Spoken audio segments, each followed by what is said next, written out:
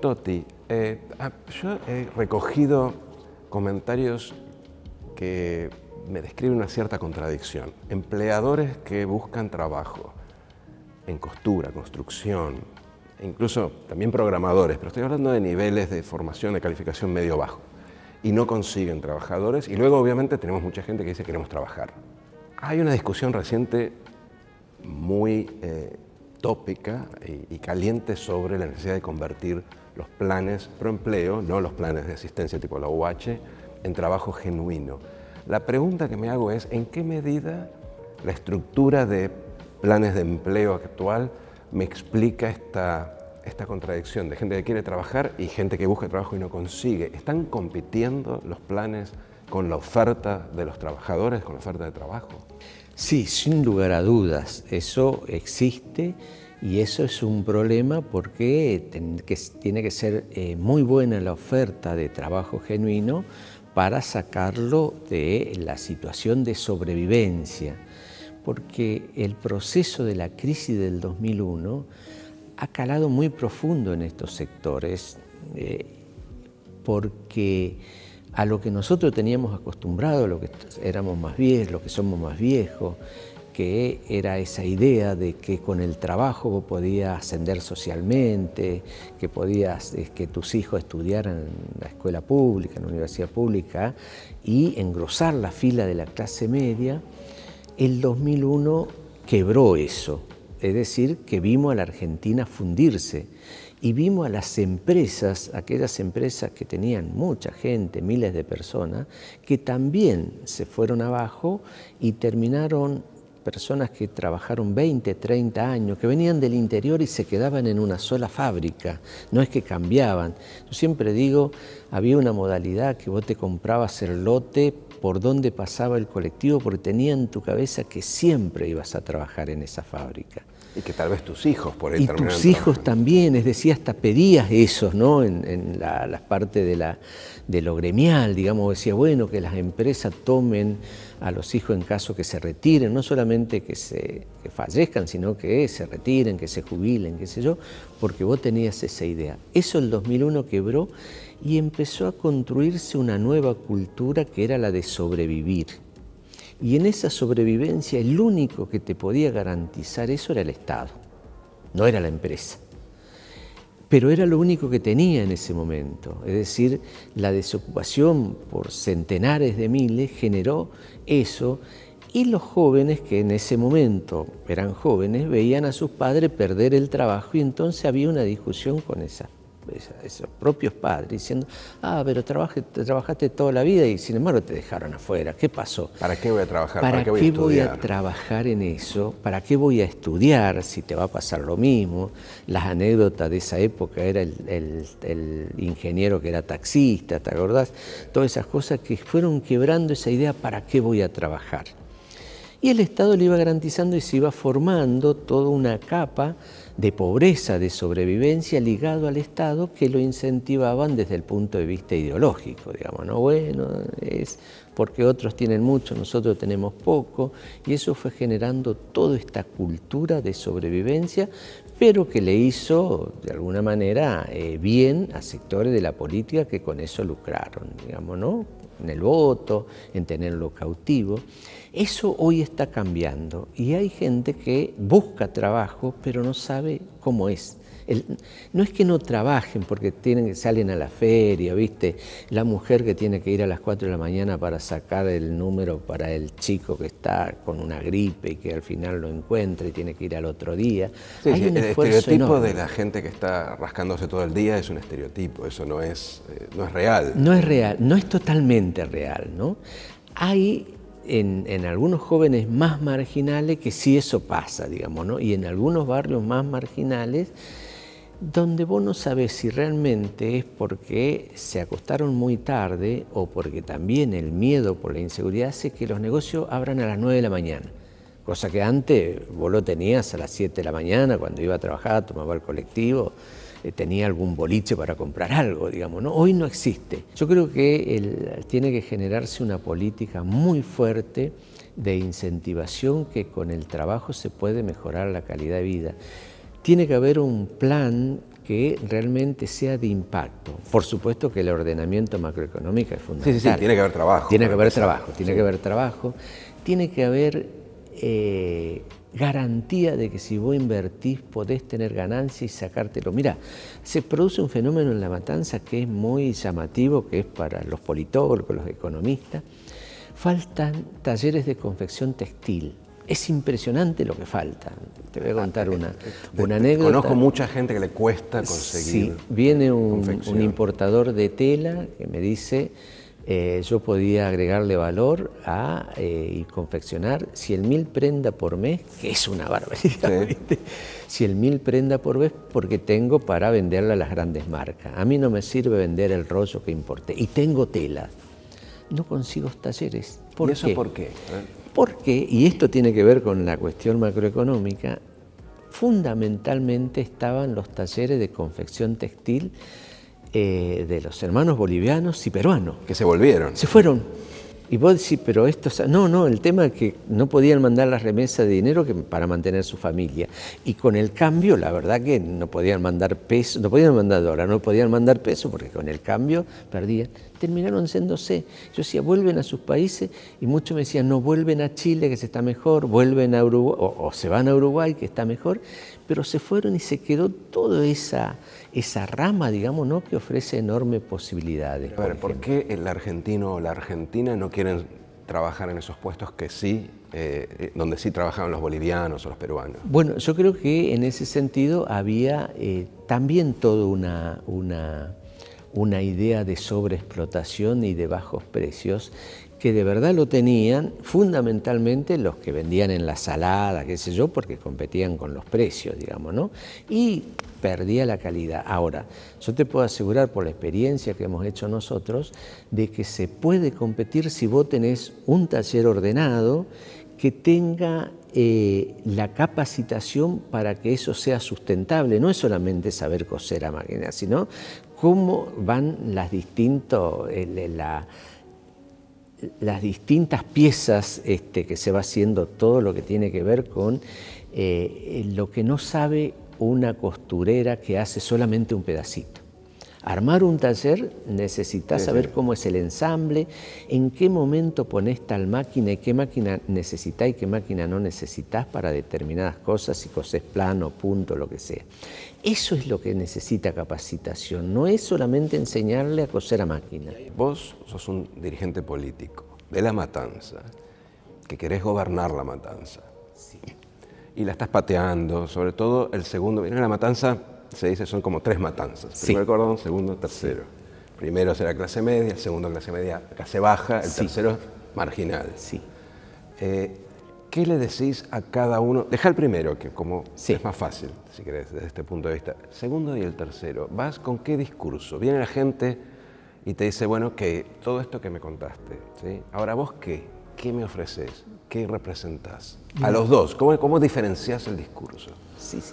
En el caso del segundo cordón, porque también son diferentes al tercero, claro, es la idea de que la Argentina se puede recuperar, porque ahí es una clase media que está perdiendo todo, son personas que han tenido negocios, qué sé yo, se había instalado como un espacio, digamos, ¿no?, de posibilidades de armar algunos negocios, que era la organización de las fiestas, ¿viste?, que ya no se hacían de 15 en la casa, qué sé yo. Los clubes de barrio no están para eso, están para otras cosas, ¿no?, para jugar al fútbol. Y entonces había gente que había organizado empresitas familiares de organización de eventos. Eso se fundieron y eran empresas familiares.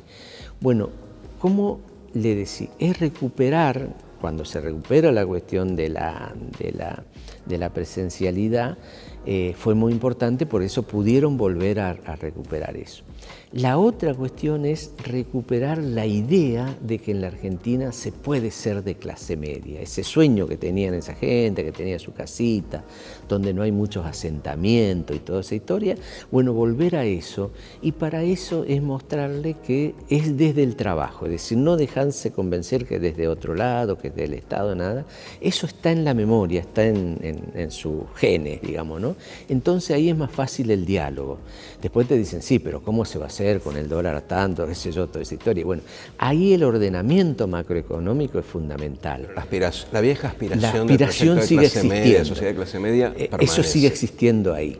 Ahí mi discurso es más fácil porque yo le demuestro con lo que hacemos, no es una promesa ni nada, sino que nosotros hicimos lo que hicimos en La Juanita, donde tiene alrededor de 200 personas ahí trabajando en distintos lugares y capacitando para empresas importantes como Alcentur, eso con toda la cuestión de la economía del conocimiento, o trabajando en el taller de costura para Martina Trento, qué sé yo, talleres, marcas importantes, que se puede hacer. ¿Te afecta la cuestión macroeconómica? Sí, pero se puede enganchar nichos y asociaciones con otros que te permite a vos bancar esas situaciones, digamos, ¿no? Nosotros tuvimos esta gente que trabaja en la cooperativa, no recibió ni un IFE, lo hicimos todo desde la sustentabilidad. ¿Eso por qué? Perdón, porque tenían acceso.